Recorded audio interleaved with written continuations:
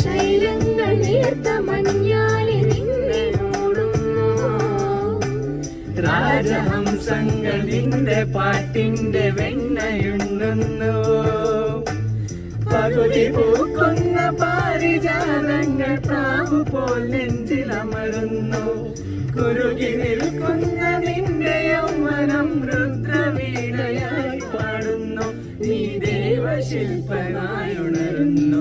ഇതൊരമര ഗന്ധർവയാം, ഇതൊരനഘ സംഗീത സല്ലാപം. അലനൊറിയും ആഷാഢതീരം, അതിലമൃദു പെയ്യും